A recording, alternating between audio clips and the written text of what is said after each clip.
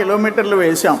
ఇట్లా చెప్పుకుంటూ పోతే బీటీ రహదారులు 22,283 కిలోమీటర్లు వేస్తే లాస్ట్ గవర్నమెంట్ పూర్తిగా నిర్లక్ష్యం చేసింది. మళ్ళీ ఇప్పుడు 2,500 కిలోమీటర్లు మనం వేయగలిగినాం. భారతమాల ప్రాజెక్ట్స్ 5 ప్రాజెక్టులు 2014 and 19 దాదాపు వచ్చి 36,000 కోట్లు.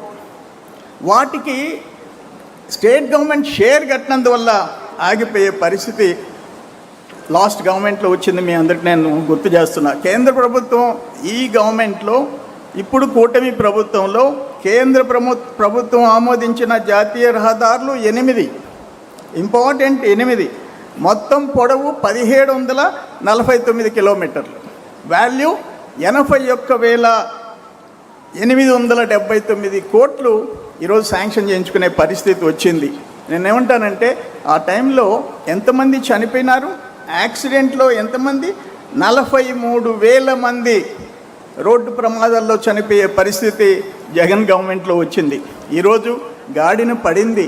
మొత్తం రోడ్లు అయితే ఇప్పుడు అంతకుముందున్న పరిస్థితి ఈ ఫోటోలు ఉన్నాయి. ఇక్కడ రాష్ట్రంలో 45,375 కిలోమీటర్లు టోటల్ లెంగ్త్ ఉన్నాయి. అందులో 50% 23,000 కిలోమీటర్లు దెబ్బతిన్నాయి. అటువంటి పరిస్థితి జగన్మోహన్ రెడ్డి గవర్నమెంట్లో వచ్చింది. రెండోది ఏంటంటే అమరావతి, ఇంపార్టెంట్ అమరావతి అభివృద్ధి వికేంద్రీకరణ. రైతు బిడ్డలు మనకి 34,000 ఎకరాలు ఇచ్చారు. 28,538 మంది రైతులు, వాళ్ళు 1,631 రోజులు గత గవర్నమెంట్ మీద పోరాటం చేయాల్సిన పరిస్థితి వచ్చింది. 230 మంది ప్రాణత్యాగాలు చేశారు. నాకు ఒక్కటి బాగా గుర్తుంది.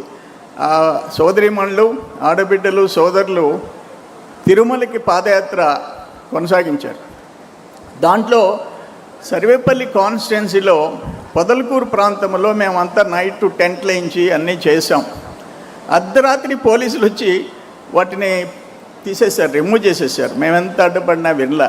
నెక్స్ట్ డే ఎర్రటి ఎండలో ఆ ఆడబిడ్డలు రోడ్డు మీద నిలబడుకొని, రోడ్డు మీద కూర్చొని భోజనాలు చేసే పరిస్థితి వచ్చింది. దాన్ని ఎన్ని కల్చర్ ఇంకా అతనికి పోలే. ఈ అమరావతిని నాశనం చెయ్యాలని చెప్పేసి అతను చేసిన ప్రయత్నాలు మనం చూసాం.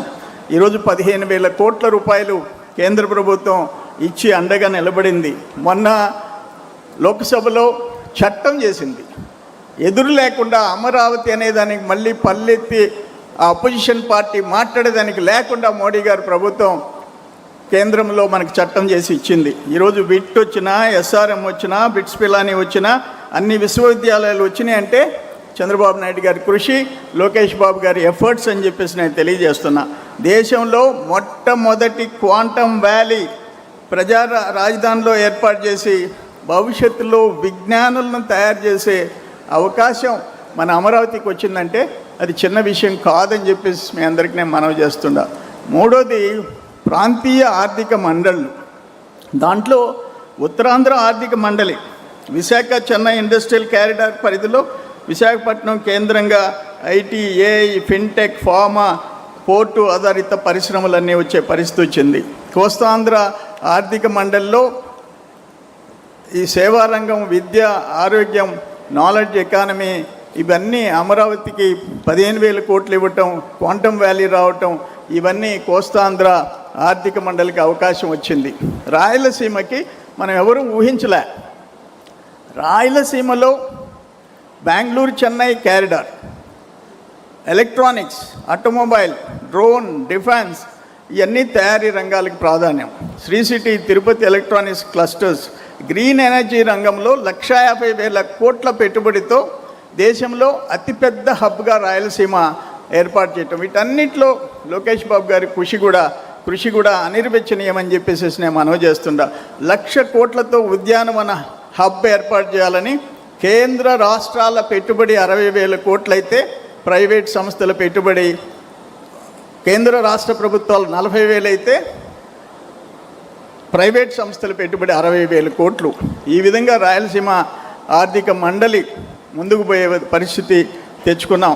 ఈ కీలకమైన లక్ష్యాలు ఏంటంటే 29కి బాబు గారు ఒకటే చెప్పారు, 2029కి 20 లక్షల ఉద్యోగాలు కల్పన రావాలా, 3 ఆర్థిక మండలిలో సమతుల్య అభివృద్ధి ద్వారా పెట్టుబడుల వికేంద్రీకరణ ద్వారా ప్రాంతీయ అసమానతలు తగ్గించుకోవాలని చెప్పి ఒక్కొక్క ప్రాంతం ఒక్కొక్క ఆర్థిక శక్తిగా పెరగాలని చెప్పేసి లక్ష్యంగా పెట్టుకున్నారు. అది మనం అందరం చూస్తున్నాం.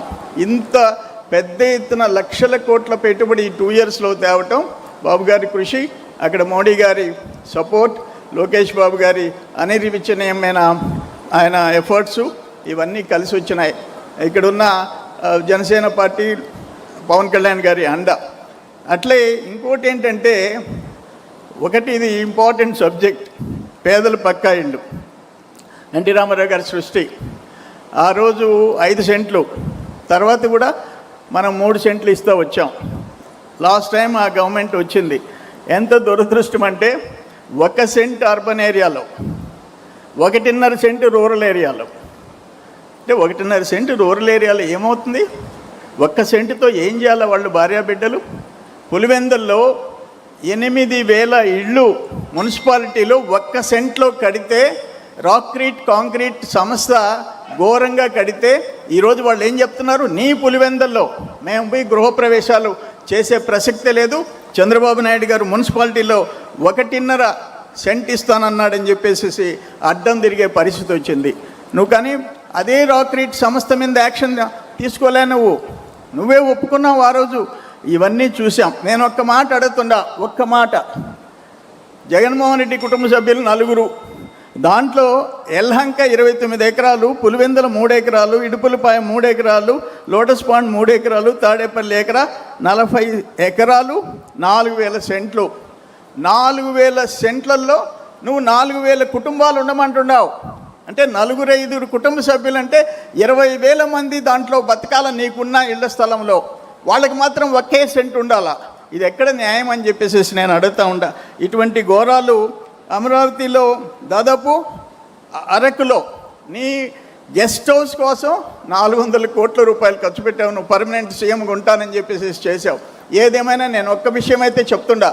ఈరోజు చంద్రబాబు నాయుడు గారు 2018లో SC ST సభ పెడితే వేణుగోపాల స్వామి టెంపుల్ ల్యాండ్స్లో ముందు మా అందరితో మాట్లాడి 1,80,000 కేంద్ర ప్రభుత్వం ఇచ్చేది 50,000 పెంచి 2,30,000 చేసి అప్పటికప్పుడు 24 గంటల్లో జీవో తెప్పించాడు.